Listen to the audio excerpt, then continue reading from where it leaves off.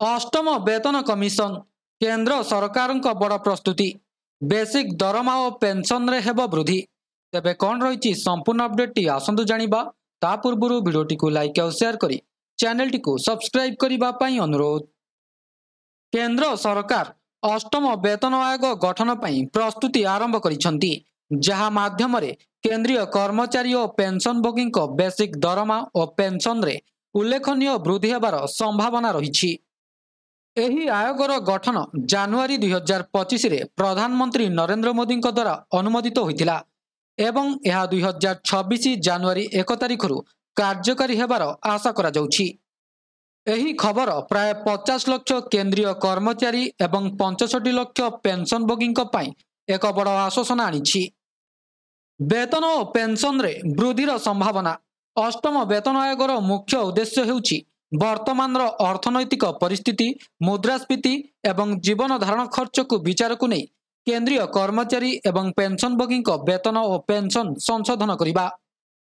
Report अनुसार basic दरमारे 25 रु 30% वृद्धि हो पारे, जहां मासिक आय रे प्राय 19,000 टंका पर्यंत वृद्धि घटाई पारे। यह सहित महंगा भत्ता, गृह भड़ा भत्ता एवं यातायात भत्ता आदि रे संशोधन हेबार संभावना रही। फिटमेंट फैक्टर भूमिका। वेतन और पेंशन संशोधन रे फिटमेंट फैक्टर एक गुरुत्वपूर्ण भूमिका निर्वाह करे। यह बेसिक दरमा और पेंशन को गुणन करी नुआ दरमा निर्धारण करे। विशेषज्ञों मतरे अष्टम वेतन आयोग रे फिटमेंट फैक्टर 2.6 रु 2.85 मध्य रही पारे।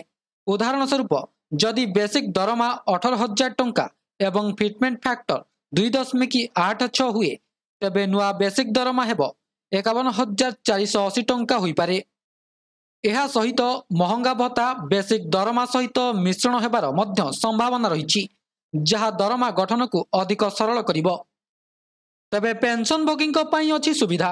अष्टम वेतन आयोग पेंशनभोगी पई मध्य गुरुत्वपूर्ण हेबो। अर्थमंत्री निर्मला सीतारमण राज्यसभा रे स्पष्ट करिसंती जे सरकार पेंशन समता प्रति प्रतिबद्ध।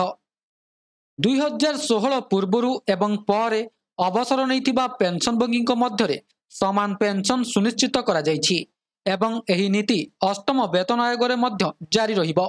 पेंशन परिमाण वृद्धि एवं समयपेत पेमेंट बाई मध्य पदक्षेप निया जाउछि। स्वास्थ्य सुरक्षा योजना रे परिवर्तन। वेतन और पेंशन वृद्धि सहित सरकार केंद्रीय सरकारी कर्मचारी एवं पेंशनभोगी पई एक नुआ स्वास्थ्य बीमा योजना आरंभ करने उपरे विचार करुछंती।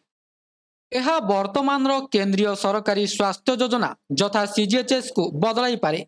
नुआ योजनार नाम केंद्रीय सरकारी कर्मचारी और पेंशनभोगी स्वास्थ्य बीमा योजना यथा सीजीपीएचआईएस हेबार संभावना रही, जहाँ बीमा नियामक और विकास प्राधिकरण द्वारा नियंत्रित हेबो।